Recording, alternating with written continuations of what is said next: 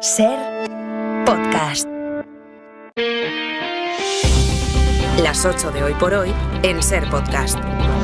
Hola, buenos días. Es el Día de la Constitución y no es que el aniversario llegue como siempre, hablando de reformas que, tal como están las cosas, son imposibles, sino que llega con varias rupturas entre el Gobierno y el PP. Si no sabemos siquiera si Sánchez y Feijóo van a atreverse a llamarse el uno al otro por teléfono y, sobre todo, entre Podemos y Sumar. Ya no hay nada que disimular. Podemos dice que se ha hartado de que Sumar les ningunee y sus 5 diputados se pasan al grupo mixto. Los diputados y diputadas de Podemos pasamos al grupo mixto para garantizar nuestra capacidad de hacer política en el Congreso y para seguir impulsando las medidas valientes que necesitan las mayorías sociales de este país. Contesta Sumar que eso es transfugismo. Supone una gran deslealtad con los más de 3 millones de ciudadanos y ciudadanas españolas que nos han votado el 23 de julio. El resultado, además de la enésima fractura en una izquierda que se puso de acuerdo ya contra el reloj y de mala manera, como ahora queda demostrado, es que el gobierno del PSOE y de Sumar, además de tener que negociar con Esquerra, con Junts, con Bildu, con el PNV, con el BNG, ahora también va a tener que negociar con Podemos, que ya ayer advertía. Cuando el Partido Socialista dice que no quiere negociar con Podemos, pues será que no le hace falta a los diputados de Podemos. Y será que tiene los números por otra parte. En fin, que este va a ser el gran asunto en los corrillos que habrá este mediodía en los pasillos del Congreso durante los actos por el aniversario de la Constitución. La crónica de cómo hemos llegado hasta aquí con José Coello. José, buenos días. Buenos días. Después de semanas especulando sobre un divorcio que estaba cantado, la decisión ya es oficial. Podemos deja el grupo parlamentario de Sumar y se va al mixto. Una decisión que, según fuentes de la formación morada, se tomó ayer porque, dicen, la situación era insostenible. Denuncian que no han tenido portavocías ni tiempo en las intervenciones de los plenos. Una decisión que, para el portavoz morado, refleja que no han jugado con las mismas reglas que otros partidos de la coalición, mientras que su homóloga de Sumar acusa a Podemos de victimismo. Javier Sánchez Serna y Marta Lois. Las reglas no son iguales para todos los miembros de esa coalición. No compartimos esa visión un tanto victimista de Fuentes de Sumar confirman a la cadena SER que se enteraron por los medios y ya hablan abiertamente de un acto de transfugismo, pero más allá de este relato, la decisión tendrá consecuencias en el día a día para Podemos, menos tiempo de intervención en los plenos y no estar en las comisiones parlamentarias, aunque eso sí, apenas sufrirán recortes en las subvenciones económicas que recibían estando en Sumar, ya que serán prácticamente las mismas en el grupo mixto. En Sumar recordaban ayer esta respuesta que dio Irene Montero en Televisión Española cuando fue hace un año la diputada Mary Pita la que abandonaba Podemos y se iba al grupo mixto. Te han elegido no a ti en tu mismidad. Te han elegido como parte de un proyecto político, con un programa electoral concreto y como parte de un espacio político que tiene que defender unas propuestas y que la ciudadanía ha confiado en ti, ¿no? El transfugismo es un acto de fraude, efectivamente, cambiarte de partido y mantener el acta e irte a otro partido que no es por el que te ha elegido la ciudadanía canaria, es un fraude a la ciudadanía. Declaraciones de Irene Montero el año pasado. Justo ayer, Javi, hubo además 2 renuncias en Podemos que son muy simbólicas. Sí, el primero es Jesús Santos. Era hasta ayer el coordinador de Podemos en Madrid. Justo antes de la ruptura de Podemos con Sumar en el Congreso, anunciaba que deja el partido previamente por los choques con Sumar. En su mensaje dice que en vez de hacer valer su capital político para influir sobre el proyecto de Yolanda Díaz, el equipo de Belarra entendió este proceso como una competición por la propiedad del espacio. Y a la vez la segunda renuncia es la de la diputada Jessica Albiach, presidenta del grupo En Comú Podem en el Parlamento catalán. También se ha dado de baja de la formación morada, donde inició su carrera política. De fondo, muchas discrepancias, pero sobre todo la defensa que ha hecho en el último cónclave morado en Madrid Conchi Avellán, la secretaria general de Podem, de la prohibición de la doble militancia de Sumar y de Podemos. La jefa de Nacional de la SER es Inma Carretero. Hola, Inma, buenos días. ¿Qué tal? Buenos días. Dijimos ayer, oye, hagamos la crónica de cómo llega el gobierno a este acto del Día de la Constitución, convencidos de que esa crónica hablaría del Poder Judicial, de la amnistía, de si Sánchez y Feijóo se llaman o no se llaman, pero la verdad es que la pregunta para el gobierno ahora mismo es cómo esta ruptura entre Sumar y Podemos le puede complicar más todavía la legislatura a Pedro Sánchez. Sí, eran muy conscientes en la Moncloa de que una vez pasaba la investidura, antes o después llegaría esta ruptura que les complica las negociaciones porque añade a un grupo más, a Podemos, en el pulso. Lo vamos a ver muy pronto con los presupuestos, pero están convencidos de que la sangre no llegará al río porque la alternativa de Podemos, dicen, es colocarse al lado del PP y de Vox en las votaciones. Eso es lo que trasladó ayer el portavoz socialista Pachi López. La izquierda gana más la derecha. Estoy convencido de que nadie de la izquierda va ni ralentizar ni paralizar la actuación de un gobierno progresista.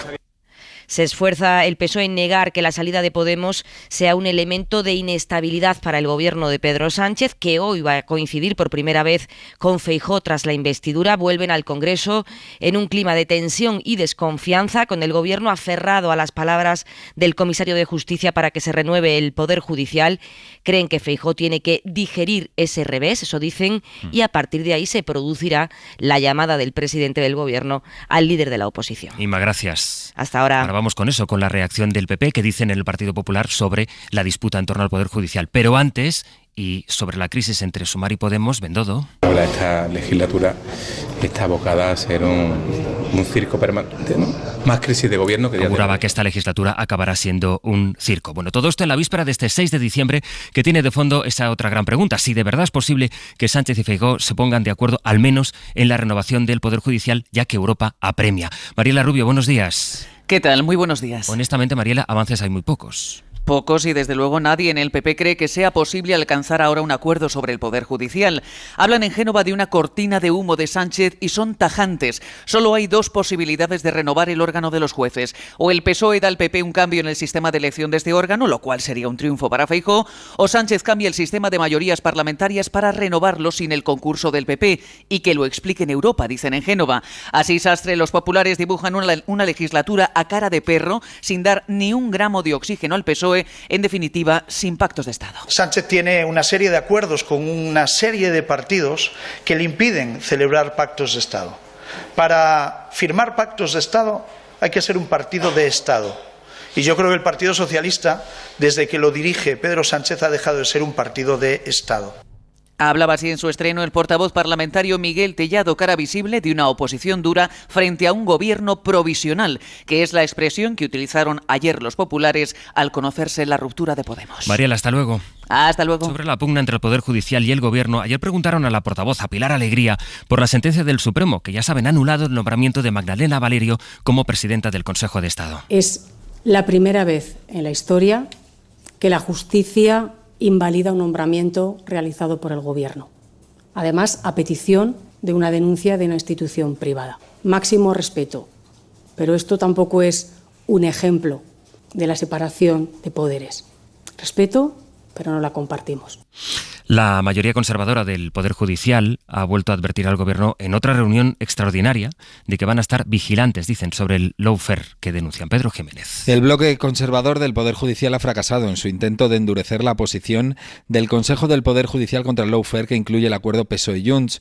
Los vocales elegidos a propuesta del PP querían dar un paso más después del acuerdo del pasado 9 de noviembre, ahora que las comisiones de investigación se han registrado en las Cortes, pero el sector progresista se ha opuesto y se ha mantenido lo que el órgano de gobierno de los jueces dijo ya hace un mes. La comisión permanente ha tumbado el escrito conservador gracias a los votos progresistas que han recibido el apoyo del presidente suplente Vicente Guilarte, elegido a propuesta del PP. El voto particular de los proponentes reproduce la propuesta que se ha sometido a votación y dice que estas comisiones son un fraude de ley porque suponen para los jueces una responsabilidad ya no legal, sino política. De Pilar Alegría, una frase más, el argumento con que el Gobierno mantiene al frente del CIS a José Félix Tezanos. Sí, efectivamente, les confirmo este nombramiento. Entenderán ustedes que se confirme aquel sociólogo que acierta en las encuestas. O sea que sí.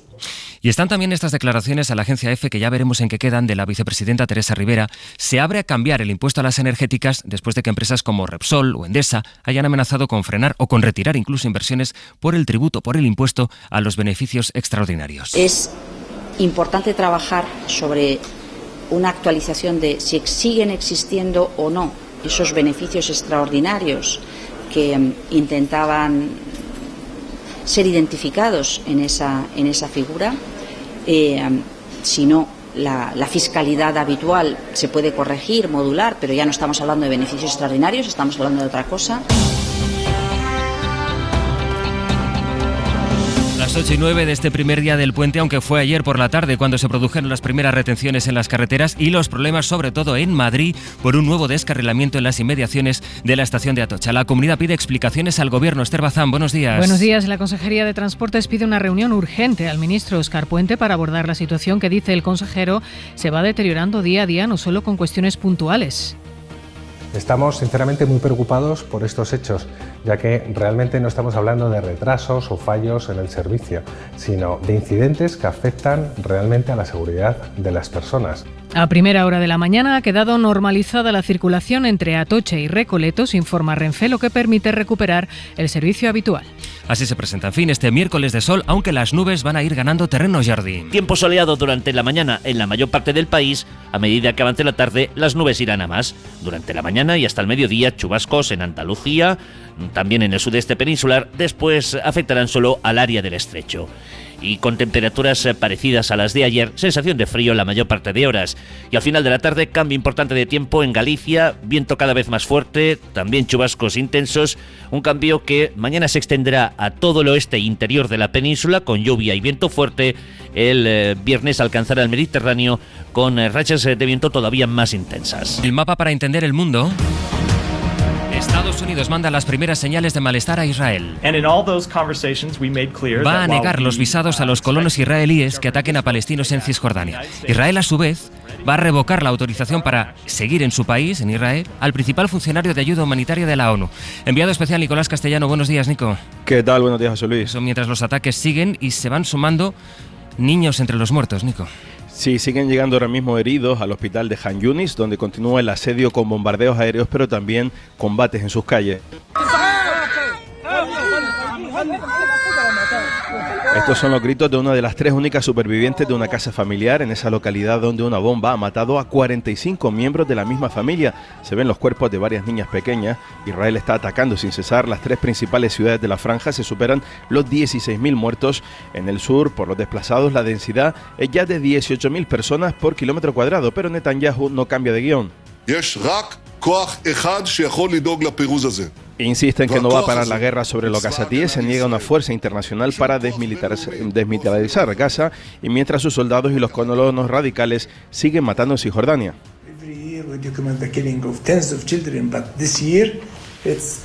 Khaled Kusmar de la ONG Defense for Children Palestinian dice que las muertes están batiendo récord este año con más de 68 niños asesinados solo en estos últimos 60 días. El ejército de Israel disparó ayer a un joven con síndrome de Down indefenso en las calles de Jenin. Te escucho en el abierto, Nicolás, gracias. Hasta luego. Junto a esa condena hemos... Ruego, por favor, que salga de la sala. Porque una mujer y un hombre con una bandera palestina con gritos contra Israel interrumpieron ayer desde la tribuna del Congreso la intervención del ministro de Exteriores Álvarez. Pablo Morán, buenos días. Hola, Sastre, buenos días. Intervención, Pablo, en la que volvió a constatarse que también sobre esto hay batalla política entre el gobierno y la oposición. Fue la primera comparecencia ministerial de esta legislatura con esa bronca y con muchos reproches cruzados. El ministro Álvarez buscaba el apoyo de la Cámara. El reconocimiento del Estado palestino es una exigencia de justicia. Apoya esta solución sin jamás condenando sus ataques, pero insistiendo en que Israel debe cumplir el derecho humanitario. Las víctimas inocentes del 7 de octubre y las víctimas inocentes palestinas son todas ellas igualmente insoportables. Con algunas diferencias encontró el apoyo de sus socios de investidura, pero no del PP. Esteban González Pons lo aclaró en el primer minuto de su intervención. La política exterior de este gobierno es opinadora, sesgada y resulta banal. El diputado popular señaló el comunicado de Hamas sobre España, la crisis diplomática también, para acusar al gobierno de torpeza. No podemos equivocarnos de culpable. Debemos impulsar a Israel, convencer a Israel para que contenga la ira. Y el debate fue escalando en reproches. A partir de ahí salió Marruecos, Argelia, Pegasus, también el respaldo de España a la guerra de Irak. Insisto, no es la primera vez. Ya lo hicieron en la guerra de Irak. Eso lo recordó Álvarez para demostrar que el gobierno actúa ahora con autonomía y acusar al PP de deslealtad. A la izquierda le pide hechos y no palabras. El ministro dio una pista sobre la paralización de ventas de armas a Israel. Pablo, gracias. Hasta ahora. Una vez le estoy exhortando a que respete usted el reglamento congresista.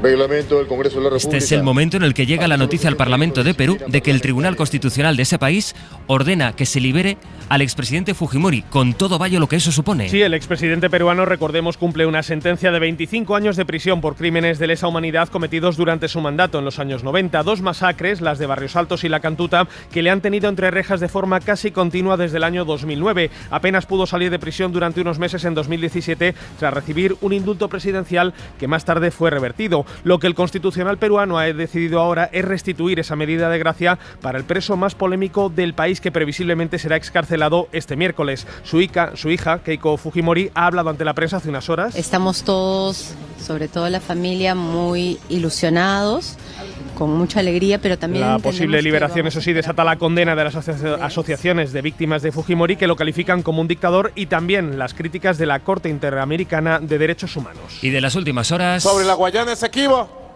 Venezuela tiene una sola voz.